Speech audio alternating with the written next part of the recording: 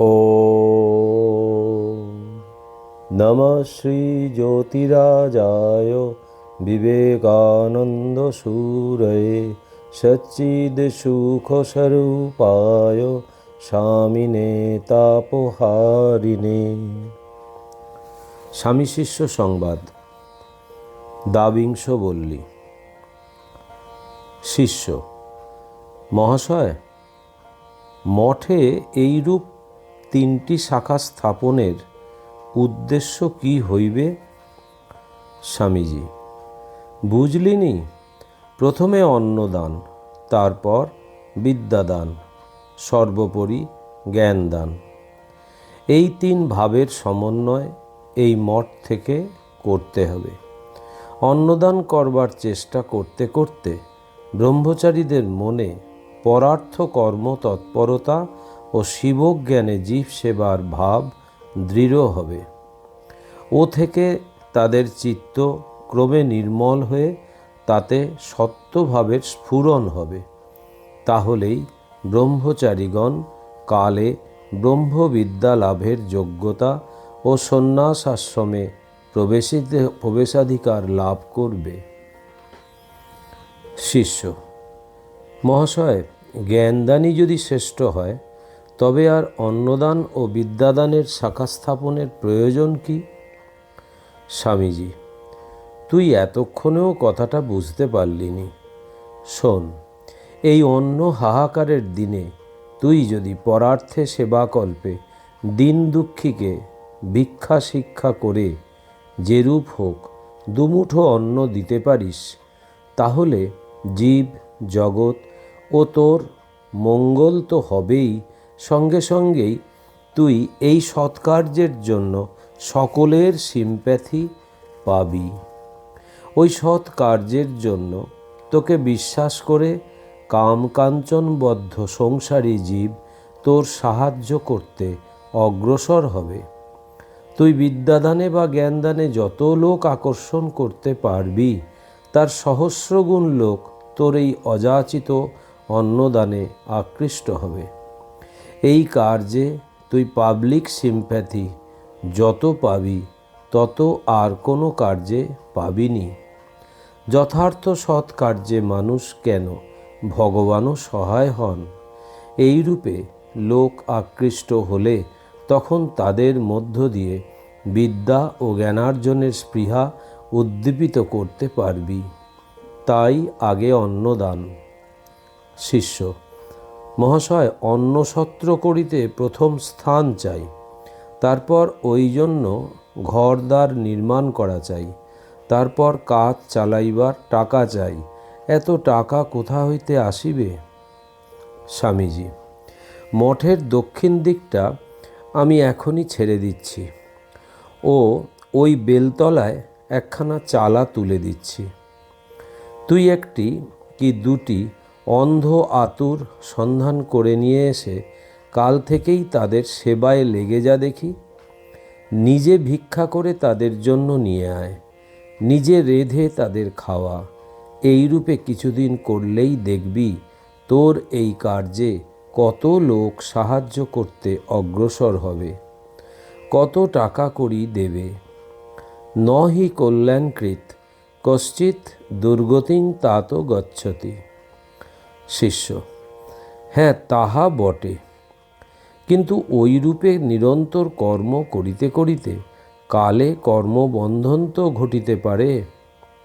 স্বামীজি: কর্মের ফলে তোর যদি দৃষ্টি না থাকে ও সকল প্রকার কামনা বাসনার পারে যাবার যদি তোর একান্ত অনুরাগ থাকে, তাহলে ওই সব সৎ কার্য তোর কর্মবন্ধন মোচনকেই সহায়তা করবে। ওইরূপ কর্মে বন্ধন আসবে? ও কথা তুই কি বলছিস? এইরূপ পরার্থ কর্মই কর্মবন্ধনের মূলোৎপাটনের একমাত্র উপায়। নান্যপন্থা বিদ্যতে অয়না। শিষ্য: আপনার কথায় অন্নসত্র ও সেবাশ্রম সম্বন্ধে আপনার মনোভাব বিশেষ করিয়া শুনিতে প্রাণে উৎসাহ হইতেছে। স্বামীজি: গরিব দুঃখীদের জন্য ওয়েল ভেন্টিলেটেড বায়ু প্রবেশের উত্তম পথযুক্ত ছোট ছোট ঘর তৈরি করতে হবে। এক এক ঘরে তাদের 2 জন কি 3 জন মাত্র থাকবে। তাদের উত্তম বিছানা, পরিষ্কার কাপড় চোপড় সব দিতে হবে। তাদের জন্য একজন ডাক্তার থাকবে। সপ্তাহে 1 বার কি 2 বার সুবিধা মতো তিনি তাদের দেখে যাবেন। সেবাশ্রমটি অন্নসত্রের ভিতর একটা ওয়ার্ডের বিভাগের মতো থাকবে। তাতে রোগীদের শুশ্রূষা করা হবে। ক্রমে যখন ফান্ড টাকা এসে পড়বে তখন একটা মস্ত কিচেন রন্ধনশালা করতে হবে। অন্নসত্রে কেবল দিয়তাং নিয়তাং ভুজ্যতাম এই রব উঠবে। ভাতের ফ্যান গঙ্গায় গড়িয়ে পড়ে গঙ্গার জল সাদা হয়ে যাবে। এই রকম অন্নসত্র হয়েছে দেখলে তবে আমার প্রাণটা ঠান্ডা হয়। শিষ্য: আপনার যখন ঐরূপ ইচ্ছা হইতেছে তখন বোধ হয় কালে ওই বিষয়টি বাস্তবিকই হইবে। শিষ্যের কথা শুনিয়া স্বামীজি গঙ্গাপানে চাহিয়া কিছুক্ষণ স্থির হইয়া রহিলেন। পরে প্রসন্ন মুখে সস্নেহে শিষ্যকে বলিলেন, তোদের ভেতর কবে কার সিংহ জেগে উঠবে তা কে জানে। তোদের একটার মধ্যে মা যদি শক্তি জাগিয়ে দেন তো দুনিয়াময় অমন কত অন্নসত্র হবে। কি জানিস, জ্ঞান শক্তি ভক্তি সকলই সর্বজীবে পূর্ণভাবে আছে। উহাদের বিকাশের তারতম্যটাই কেবল আমরা দেখি ও ইহাকে বড় উহাকে ছোট বলে মনে করি। জীবের মনের ভেতর একটা পর্দা যেন মাঝখানে পড়ে পূর্ণ বিকাশটাকে আড়াল করে রয়েছে। সেটা সরে গেলেই ব্যাস সব হয়ে গেল। তখন যা চাইবি, যা ইচ্ছে করবি তাই হবে। স্বামীজির কথা শুনিয়া শিষ্য ভাবিতে লাগিল তাহার মনের ভিতরের ওই পর্দাটা কবে সরিয়া যাইয়া তাহার ঈশ্বর দর্শন হইবে। স্বামীজি আবার বলিতে লাগিলেন, ঈশ্বর করেন তো এই মঠকে মহাসমন্বয় ক্ষেত্র করে তুলতে হবে। ঠাকুর আমাদের সর্বভাবের সাক্ষাৎ সমন্বয় মূর্তি। ওই সমন্বয়ের ভাবটি এখানে জাগিয়ে রাখলে ঠাকুর জগতে প্রতিষ্ঠিত থাকবেন। সর্বমত সর্বপথ আচণ্ডাল ব্রাহ্মণ সকলে যাতে এখানে এসে আপন আপন আইডিয়াল আদর্শ দেখতে পায় তা করতে হবে। সেদিন যখন মঠের জমিতে ঠাকুরকে স্থাপন করলুম তখন মনে হলো যেন এখান হতে তার ভাবের বিকাশ হয়ে চরাচর বিশ্ব ছেয়ে ফেলছে। আমি তো যথাসাধ্য করছি ও করব। তোরাও ঠাকুরের উদার ভাব লোকদের বুঝিয়ে দে। কেবল বেদান্ত পড়ে কি হবে? প্র্যাকটিক্যাল লাইফে, দৈনন্দিন কর্মময় জীবনে শুদ্ধাদ্বৈতবাদের সত্যতা প্রমাণিত করতে হবে। শঙ্কর এই অদ্বৈতবাদকে জঙ্গলে পাহাড়ে রেখে গেছেন। আমি এবার সেটাকে সেখান থেকে সংসারে ও সমাজের সর্বত্র রেখে যাব বলে এসেছি।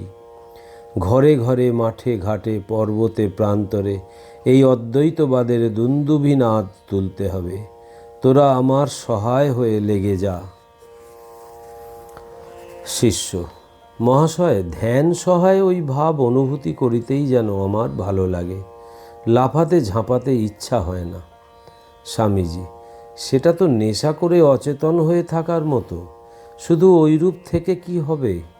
অদ্বৈতবাদের প্রেরণায় কখনো বা তাণ্ডব নৃত্য করবি, কখনো বা বুঁদ হয়ে থাকবি। ভালো জিনিস পেলে কি একা খেয়ে সুখ হয়? 10 জনকে দিতে হয় ও খেতে হয়। আত্মানুভূতি লাভ করে না হয় তুই মুক্ত হয়ে গেলি, তাতে জগতের এলো গেল কি? ত্রিজগৎ মুক্ত করে নিয়ে যেতে হবে। মহামায়ার রাজ্যে আগুন ধরিয়ে দিতে হবে। তখনই নিত্য সত্যে প্রতিষ্ঠিত হবি। সে আনন্দের কি তুলনা আছে রে? নিরবধি গগনাভম আকাশকল্প ভূমানন্দে প্রতিষ্ঠিত হবি। জীব জগতের সর্বত্র তোর নিজ সত্তা দেখে অবাক হয়ে পড়বি। স্থাবর ও জঙ্গম সমস্ত তোর আপনার সত্তা বলে বোধ হবে, তখন সকলকে আপনার মতো যত্ন না করে থাকতে পারবি নি। এইরূপ অবস্থাই হচ্ছে প্র্যাকটিক্যাল বেদান্ত, কর্মের ভিতর বেদান্তের অনুভূতি। বুঝলি? তিনি ব্রহ্ম এক হয়েও ব্যবহারিকভাবে বহুরূপে সামনে রয়েছেন। নাম ও রূপ এই ব্যবহারের মূলে রয়েছে। যেমন ঘটের নামরূপটা বাদ দিয়ে কি দেখতে পাস একমাত্র মাটি, যা এর প্রকৃত সত্তা? সেইরূপ ভ্রমে ঘট পট মঠ সব ভাবছিস ও দেখছিস।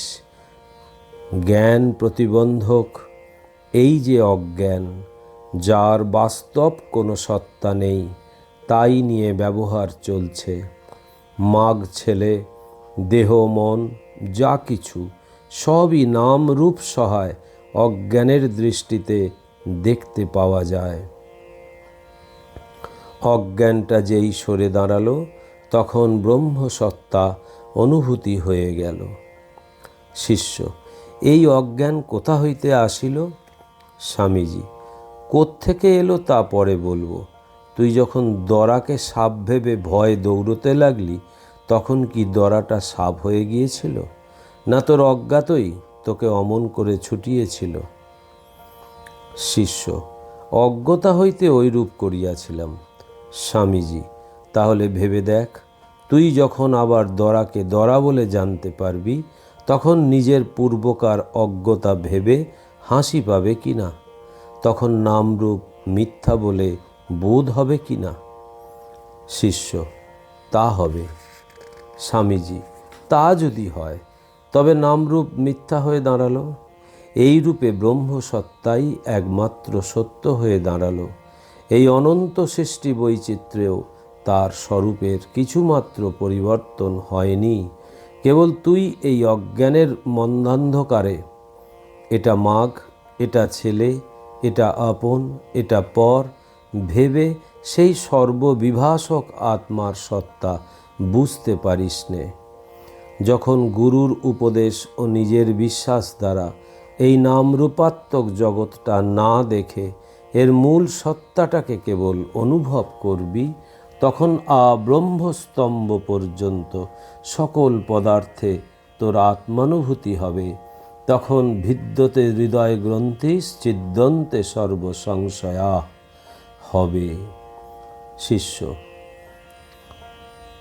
মহাশয়, এই অজ্ঞানের আদি অন্তের কথা জানিতে ইচ্ছা হয়। স্বামীজি: যে জিনিসটা পরে থাকে না, সে জিনিসটা যে মিথ্যা, তা তো বুঝতে পেরেছিস। যে যথার্থ ব্রহ্মজ্ঞ হয়েছে, সে বলবে অজ্ঞান আবার কোথায়? সে দড়াকে দড়াই দেখে, সাপ বলে দেখতে পায় না। যারা দড়াকে সাপ বলে দেখে, তাদের ভয়ভীতি দেখে তার হাসি পায়। সেজন্য অজ্ঞানের বাস্তব স্বরূপ নেই।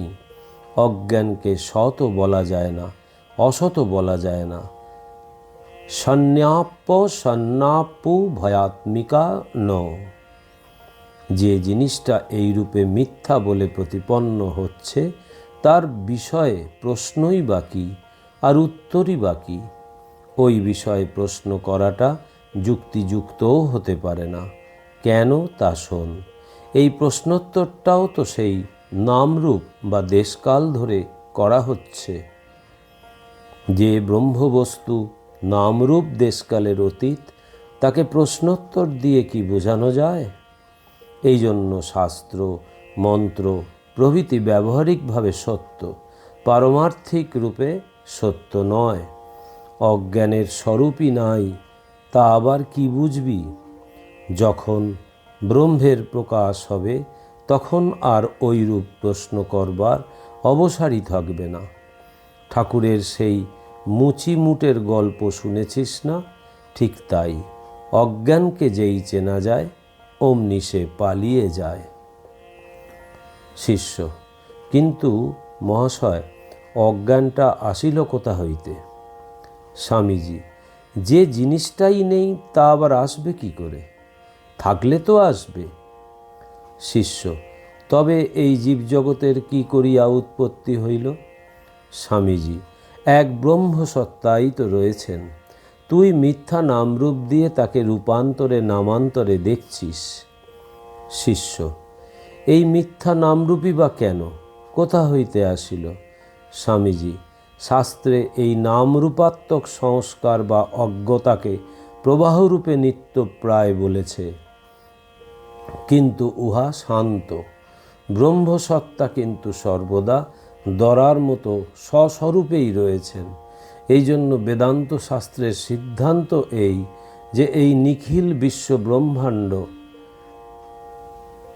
ব্রহ্মে অধ্যস্ত ইন্দ্রজালবৎ ভাসমান, তাতে ব্রহ্মের কিছুমাত্র স্বরূপ বৈলক্ষণ্য ঘটেনি। বুঝলি? পরতত্ত্বে সদা লীন রামকৃষ্ণ সমজ্ঞয়া ইয়ো ধর্ম স্থাপনরত বীরে শান্তম নমাম্যহম। শ্রীরামকৃষ্ণার্পণমস্তু।